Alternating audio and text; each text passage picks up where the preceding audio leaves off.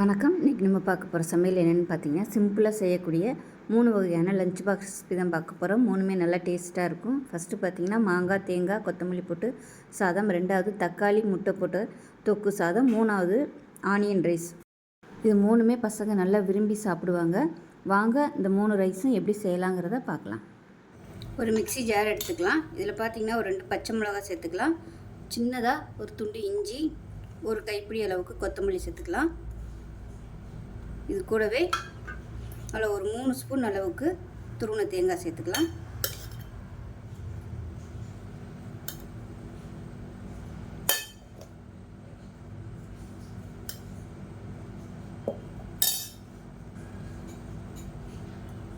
இது கூடவே ஒரு 1/4 டீஸ்பூன் போல் கடுகு சேர்த்துக்கலாம். இது வறுக்காத பச்சை கடுகு தான்.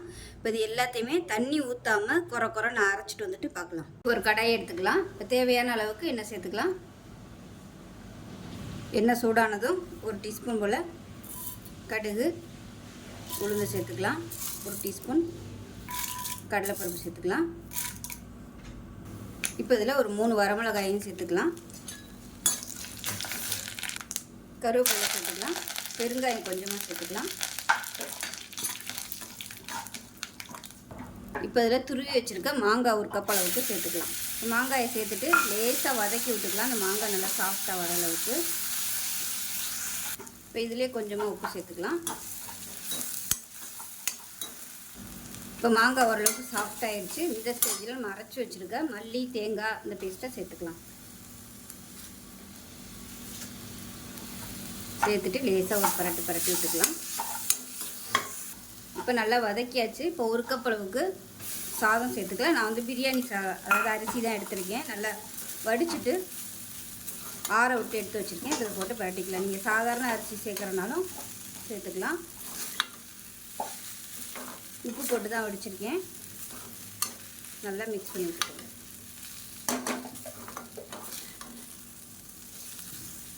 இப்போ இதில் கொஞ்சமாக மஞ்சள்தூள் சேர்த்துக்கலாம். கலர் வேணும்னு நினச்சிங்கன்னா மஞ்சள்தூள் சேர்த்துக்கலாம். ஒன்றும் பிரச்சனை இல்லை. இதை டேஸ்ட் பண்ணி பார்த்துட்டு சாதம் வேணும்னா நீங்கள் இன்னும் கூட சேர்த்துக்கலாம். புளிப்பு டேஸ்ட்டை பார்த்துட்டு. அவ்வளோதான். சூப்பரான மாங்காய் மல்லி சாதம் ரெடி ஆகிடுச்சு. லஞ்ச் பாக்ஸுக்கு சூப்பராக இருக்கும். கொடுத்து விடுறதுக்கு டக்குன்னு செஞ்சு பாருங்கள். செஞ்சு பார்த்துட்டு எப்படி இருந்துச்சுங்கிறத சொல்லுங்கள். வீடியோ பிடிச்சி இப்போ ஒரு கடாய் எடுத்துக்கலாம். தேவையான அளவுக்கு எண்ணெய் சேர்த்துக்கலாம்.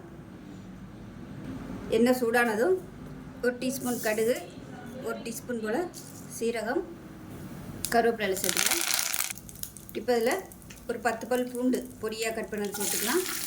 அது கூடவே நீளமாக நறுக்கின பெரிய வெங்காயமும் சேர்த்துக்கலாம். சும்மா ஒரு கை அளவுக்கு சேர்த்துக்கலாம்.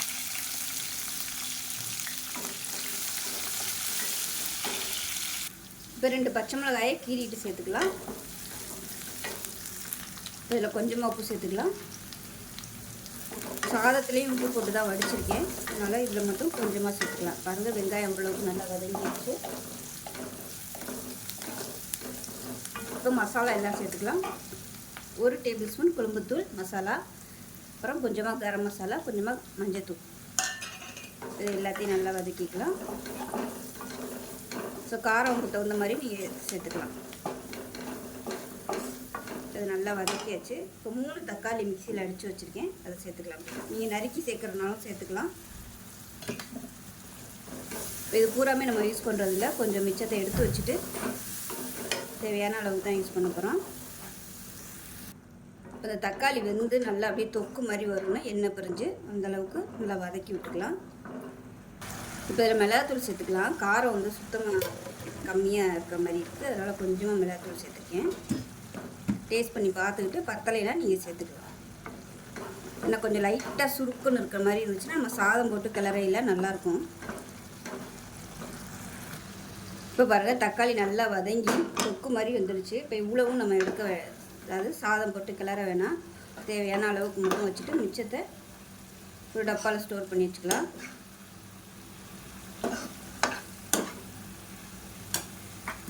பார்த்திங்கன்னா இந்த அளவுக்கு தான் நான் வச்சுருக்கேன். ஸோ ஸ்பைசஸ் எவ்வளோ தேவையோ, அதாவது மசாலா எவ்வளோ உங்களுக்கு அதிகம் வேணும்னாலும் நீங்கள் அதிகமாக சேர்த்துக்கலாம். இப்போ இதில் பார்த்திங்கன்னா முட்டை வேக விட்டு எடுத்து வச்சுருக்கேன், ஒரு 3 முட்டை. இதை அப்படியே இதில் சேர்த்துக்கிறேன்.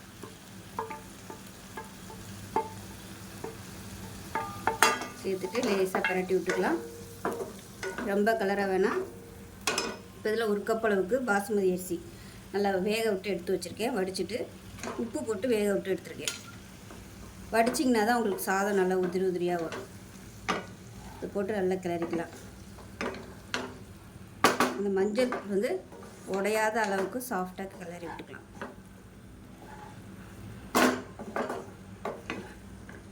இப்போ அடுப்பு அதிகமாக வச்சுக்கலாம். ஏன்னா சாதம் ஆறிடுச்சதுனால கொஞ்சம் நல்லா சூடு ஏறுற அளவுக்கு அதிகப்படுத்திக்கலாம். இப்போ அப்படியே கொஞ்சம் சூடு ஏறட்டும். உப்பு பத்தாது, கொஞ்சமாக உப்பு சேர்த்துக்கலாம். இப்போ சாதம் சூப்பராக ரெடி ஆகிடுச்சு. கருவேப்பிலையிலே மேலப்பில் கிள்ளி போட்டுட்டு அமர்த்திடலாம். அருமையான முட்டை தொக்கு. பேன் எடுத்துக்கலாம். தேவையான அளவுக்கு எண்ணெய் சேர்த்துக்கலாம். எண்ணெய் சூடானதும் கடுகு 1 டீஸ்பூன், உளுந்து 1 டீஸ்பூன், வெந்தயம் 1 டீஸ்பூன், சீரகம் 1 டீஸ்பூன் சேர்த்துக்கலாம். இப்போ கடுகு சீரகம் எல்லாம் பொரிய ஆரம்பிக்குது. கருவேப்பிலையில் சேர்த்துக்கலாம். இப்போ இதில் பொடியாக கட் பண்ண சின்ன வெங்காயம் 1 கைப்பிடி அளவுக்கு சேர்த்துட்டு ஒரு 5 பல் பூண்டு பொடியாக கட் பண்ணியிருக்கேன், அதையும் சேர்த்துக்கலாம். இப்போ பாருங்கள், வெங்காயம் இந்த அளவுக்கு நல்லா ப்ரௌன் கலரில் வதங்கணும். அப்போ தான் நல்லா வாசனையாகவும் டேஸ்ட்டாகவும் இருக்கும். இதில் கொஞ்சமாக பெருங்காயத்தூள் சேர்த்துக்கலாம். சேர்த்துட்டு அடுப்பு நல்லா மீடியத்தில் வச்சுக்கோங்க. இப்போ இதில் பார்த்தீங்கன்னா குழம்புத்தூள் 1 டீஸ்பூன், மிளகாத்தூள் 1 டீஸ்பூன், 1/4 டீஸ்பூன் மஞ்சள்தூள், 1/2 டீஸ்பூன் போல் சோம்புத்தூள். இது எல்லாத்தையும் எண்ணெயில் வதக்கி விட்டுக்கலாம்.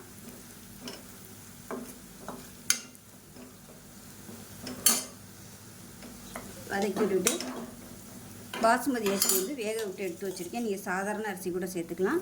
இப்போ இது அதோடு சேர்த்துக்கலாம்.